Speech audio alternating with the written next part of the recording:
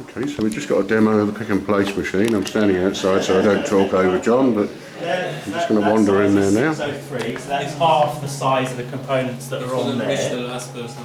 Yeah. And then if you want to go even smaller,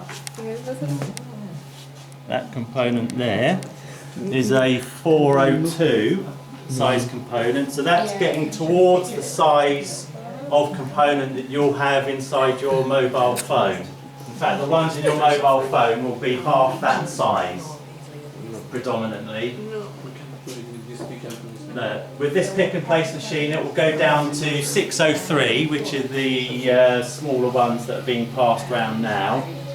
The reason we choose the 805 ones is because if we have to do any manual rework, thank you, if we have to do any manual rework of the board, it's actually easier to use the larger size components.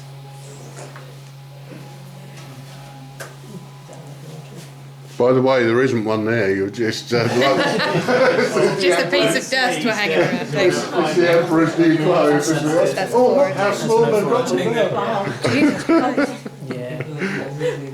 Yeah, so the process is once you've designed a board and you've had that board manufactured, which is the plain one that we passed around first, the next part of the process is to actually get some solder onto the board, and we use solder paste, and the way we apply solder paste is via a solder stencil.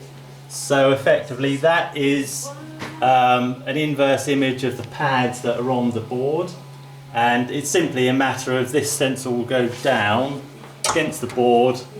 We then apply the paste using a squeegee, and that will just put the paste exactly in line with the flat pads that are on the board.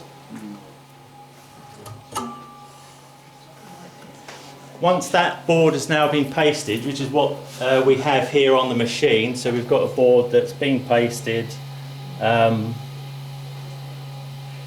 that's now ready to have components applied. So what I'll do is I'll start the machine off, and then you can basically see how it works. So what this machine is going to do is, you'll see on the sides we've got reels of surface mount components.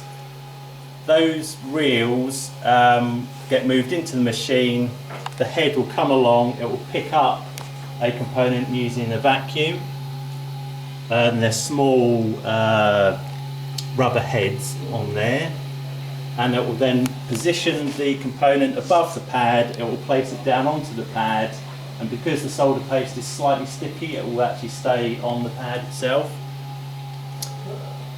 Just explain that bit, John. Sorry, yeah, and this device here is a camera, so what that does is when the component is pulled out of the tape or from the IC tray, because those components are actually free to move ever so slightly around in those holders, it won't necessarily line up exactly with where you want it to go on the board. So what the camera does is it will look at the component, it will say it's actually slightly offset, and it will automatically apply a compensation so that the component is positioned exactly where you want it to go.